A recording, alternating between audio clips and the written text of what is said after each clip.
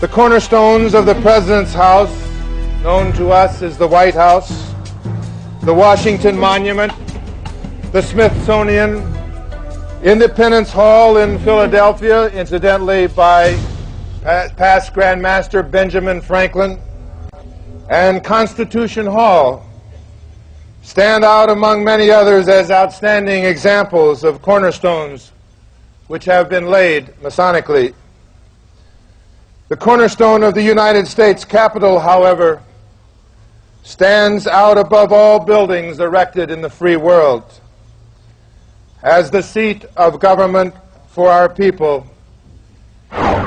This bronze plaque, located inside the U.S. Capitol, marks the spot where the original cornerstone was laid by George Washington, the first American president and a Freemason.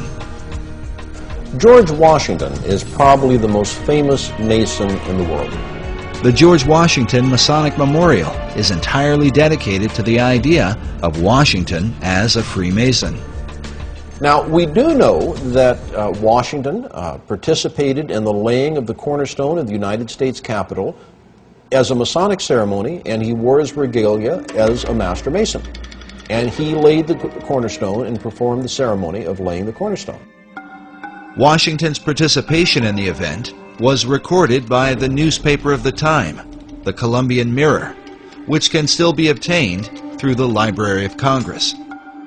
Laying the cornerstones of buildings which serve mankind is one of the world's most ancient customs. The cornerstone laying ceremony predates Freemasonry, although its early symbolic purposes as a sacrifice to appease the gods or demons or whatever in prehistorical times. Of course, there's no application to why Freemasons do it. The corn, wine, and oil that we use for this are also ancient symbols. Corn is the symbol of plenty, wine the symbol of refreshment, and oil the symbol of joy and gladness. While Masonry maintains these symbols as a representation of blessing, there are some who believe they hold a more hidden meaning. With symbols, there are always multiple levels, up to 7 different levels of interpretation with every particular symbol. Corn is an important symbol in Masonry and is one found repeatedly in Washington, D.C. But what sort of hidden meaning could apply to corn?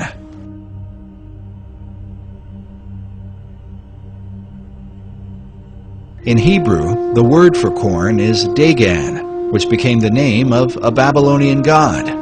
Some believe this same god was adopted by the Phoenicians under the name Dagon. While Dagon was often worshipped as the fish god, he was also the god of corn.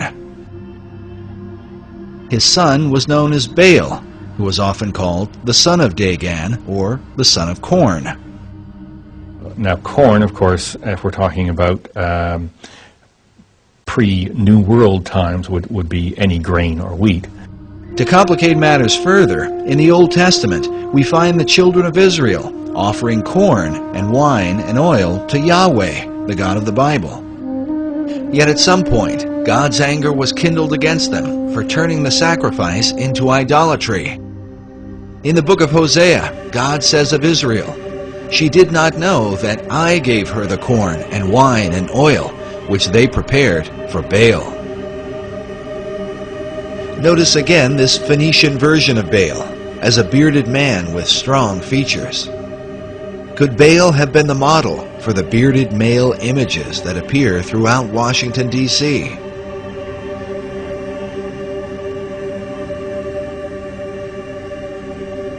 Take note of this image, with ears of corn carved into the hair.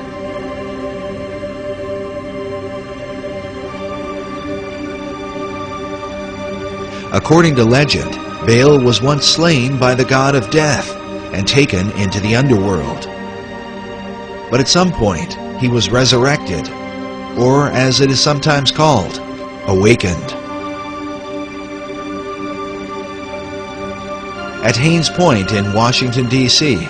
is found this mysterious statue of a bearded giant rising up out of the ground.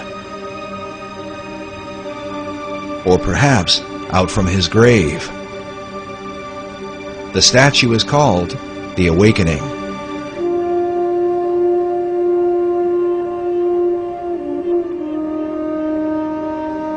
According to the Masonic Encyclopedia, another symbol for resurrection is the Egyptian obelisk, which is the shape of the Washington Monument.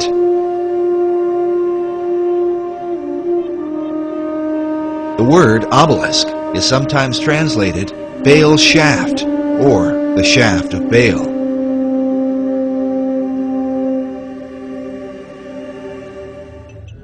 As a result, critics of Masonry argue that Baal, not Yahweh, is the real God to whom Masons perform their ceremony. May corn, wine, and oil and all the necessaries of life abound among the people of the world. And may this building be continued and preserved to the latest ages.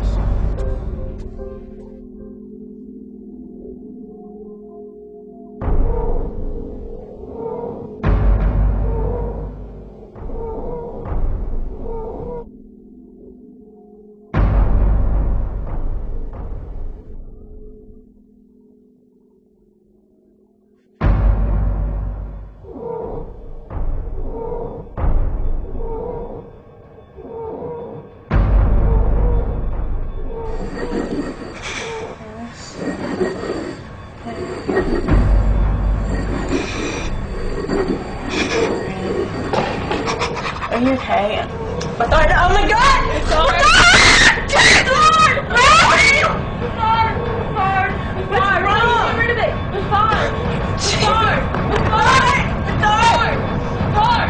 Are you okay? Oh my God, you guys! It's hard! Like a little bird. It's hard. How do you get rid of it when you have saline? It's hard. It's hard.